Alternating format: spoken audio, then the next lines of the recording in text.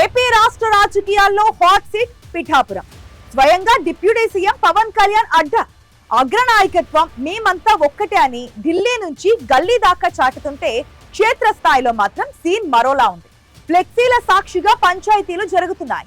CM Chandrababu photo లేకపోవడం అధికారుల నిర్లక్ష్యమా లేక జనసేన నేతల వ్యూహమా? మాజీ ఎమ్మెల్యే వర్మ వర్సెస్ పెండెం దొరబాబు మధ్య ఆధిపత్య పోరు వెనుక ఉన్న అసలు రహస్యాలేంటి?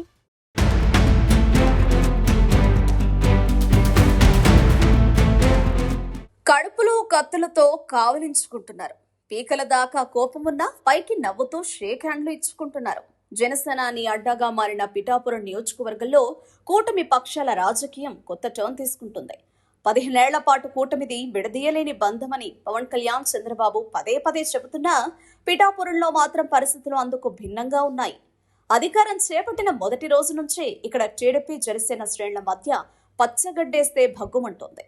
నియోజకవర్గంలో ఎవరి మాటే చెల్లుబాటు కావాలి, ఎవరి జెండా రెపరెపలాడాలన్న పంతం రెండు పార్టీల మధ్య చిచ్చు పెడుతోంది.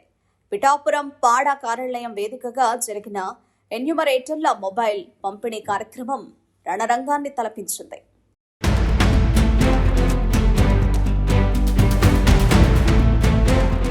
బ్యానర్లో ముఖ్యమంత్రి చంద్రబాబు ఫోటో మాయం కావడంతో టీడీపీ నేత ఎస్ఎస్ఎన్ వర్మ సహనం కోల్పోయారు. ముఖ్యమంత్రి ఫోటో లేకుండా ప్రభుత్వ కార్యక్రమాన్ని ఎలా నిర్వహిస్తారంటూ అధికారుల గల్లా పట్టుకున్నంత పనిచేశారు. ఇది పొత్తు ధర్మాన్ని ఉల్లంఘించడమేనని టీడీపీ శ్రేణులు మండిపడ్డాయి. వర్మ ఆగ్రహాన్ని చూసి జనసేన జిల్లా అధ్యక్షుడు తుమ్మల బాబు రంగంలోకి దిగారు. అధికారులను నిలదీస్తున్న వర్మను అడ్డుకోవడంతో వివాదం మొదలైంది. సాక్షాత్తు డిప్యూటీ సీఎం నియోజకవర్గంలో ప్రోటోకాల్ విషయంలో ఇంత నిర్లక్ష్యమా అని టీడీపీ అంటుంటే అనవసరంగా రాద్ధాంతం చేస్తున్నారని జనసేన కౌంటర్ ఇస్తోంది. ఇరు వర్గాల మధ్య వాగ్వాదంతో పాడా ఆఫీసు పరిసరాలు ఒక్కసారిగా నినాదాలతో హోరెత్తిపోయాయి. ఈ గొడవలోకి మాజీ ఎమ్మెల్యే పెండెం దొరబాబు ఎంట్రీ ఇవ్వడంతో సీన్ పూర్తిగా మారిపోయింది.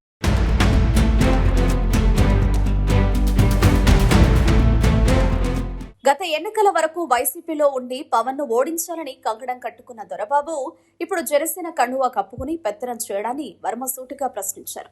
ఈ క్రమంలో ఇద్దరు నేతల మధ్య జరిగిన తోపులాట ఉద్రిక్తతను పరాకాష్ఠకు తీసుకెళ్లింది. కార్యకర్తలు ఒకరిపై ఒకరు దూసుకెళ్లడంతో పరిస్థితి చేదాటిపోయేలా కనిపించింది. దొరబాబు టార్గెట్ గా వర్మ సంచలన వ్యాఖ్యలు చేశారు. గత ప్రభుత్వంలో చక్రం తిప్పి ఇప్పుడు కూటమి ముసుగులో అక్రమాలకు తెరలేపుతున్నారని, తన క్యాడర్ ద్వారా సెటిల్మెంట్లు చేస్తున్నారని వర్మ ఆరోపించారు.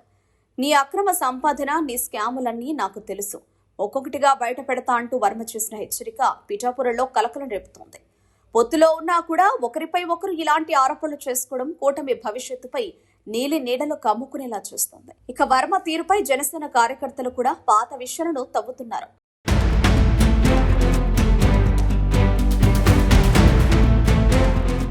గత ఎన్నికలకు ముందు టికెట్ ఆశించి భంగపడ్డ వర్మ పవన్ కళ్యాణ్ ను తన అనుచరులతో ఏ స్థాయిలో తిట్టించారో అందరికీ తెలుసని జనసేన నేతలు రిప్లై ఇస్తున్నారు. పొత్తు ధర్మాన్ని విస్మరించి వచ్చే ఎన్నికల్లో సీటు కోసమే వర్మ ఇప్పుడు డ్రామాలాడుతున్నారని ఆరోపిస్తున్నారు. పవన్ కళ్యాణ్ లేని సమయంలో కావాలనే గొడవలు సృష్టిస్తున్నారని టీడీపీ ఇన్ఛార్జి వర్మపై పిఠాపురం జన సైనికులు నిప్పులు చెరుగుతున్నారు. నిజానికి గొడవలకు గతేడాది జరిగిన జనసేన ఆవిర్భావ సభలోనే బీజం పడింది. ఆ వేదికపై నాగబాబు చేసిన వ్యాఖ్యలు వర్మకు సూటిగా తగిలాయి.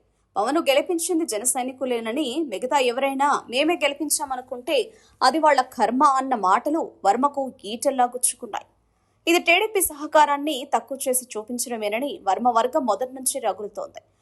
ఆనాటి మాటల తూటాలై ఇప్పుడు క్షేత్రస్థాయిలో భౌతిక దాడుల దాకా వెళుతున్నాయి. పిఠాపురంలో జరిగిన రచ్చ అధిష్టానం దగ్గర చర్చనీయాంశమైంది. స్వయంగా చంద్రబాబు ఈ వ్యవహారంపై మండిపడ్డారు.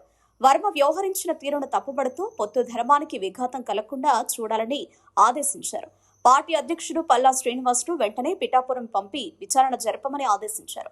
మరి అధిష్టానం వర్మపై కఠిన చర్యలు తీసుకుంటుందా, లేకపోతే పిఠాపురం రాజకీయాల్లో ఈ వర్గ పోరు ఇలాగే కొనసాగుతుందా అన్నది ఇప్పుడు సస్పెన్స్.